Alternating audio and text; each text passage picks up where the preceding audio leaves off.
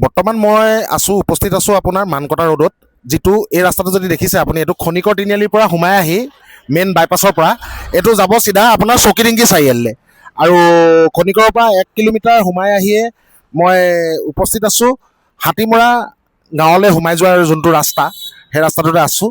আৰু এই হাতীমৰালৈ সোমাই যোৱাৰ ৰাস্তাতে আজি আপোনালোকক আপোন ঘৰ ডেভেলপাৰ্ছৰ পৰা কিছুমান প্লট দেখাব বিচাৰিছোঁ। খুব ধুনীয়া ধুনীয়া প্লট কেইটামান আপোনালোকক দেখাম।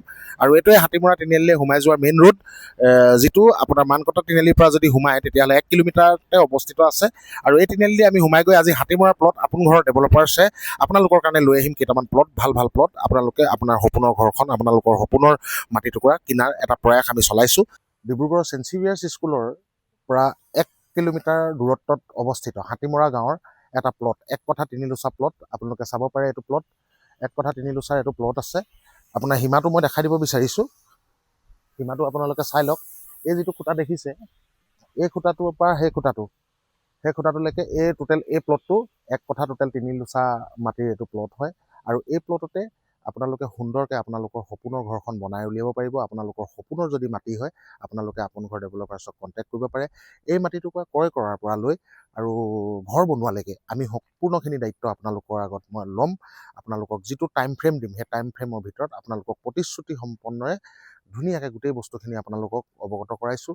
আৰু আমি প্ৰতিশ্ৰুতি দিছোঁ, যিটো সময়ত আপোনালোকৰ লগত আমাৰ কথা হ'ব, সেই সময়ত আপোনালোকৰ সপোনৰ ঘৰখন আমি উলিয়াই দিম।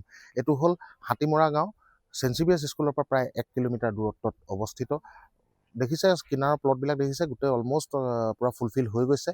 আৰু মেইন ৰোডৰ পৰা প্ৰায় 50-55 মিটাৰমান আপোনালোকে সোমালেই এই ৰাস্তাটো পাব। আপোনালোকে এই ৰাস্তাটোদি সোমাই আহিয়ে আপোনালোকে এই প্লটটো দেখিবলৈ পাইছে। এই প্লটটো হ'ল 1 কঠা 3 লোচা মাটি। আপোনালোকৰ সপোনৰ ঘৰখন ইয়াত ধুনীয়াকৈ বনাব পাৰে। তো ধুনীয়া এটা প্লট আপোনালোকক দেখালোঁ। পৰৱৰ্তী পৰ্যায়ত আপোনালোকৰ আৰু আমি আপোন ঘৰ ডেভেলপাৰ্ছৰ তৰফৰ পৰা প্লটবিলাক দেখাই যাম। আৰু এনেকুৱা এটা প্লট একচুৱেলি সৰু পৰিয়ালৰ কাৰণে খুব এটা সুন্দৰ ঘৰ ইয়াত বনি ওলাব। আৰু ডিব্ৰুগড় হেন জেগাত বৰ্তমান সময়ত যিহেতু মাটি পাবলৈ ইমান কষ্ট, তো এনেকুৱা ধৰণৰ এটুকুৰা মাটি আপোনাৰ সপোনৰ হ'ব পাৰে। আপোনাৰ সপোনৰ ঘৰখন বনাওক আপোন ঘৰৰ থ্ৰুৱেদি। ধন্যবাদ।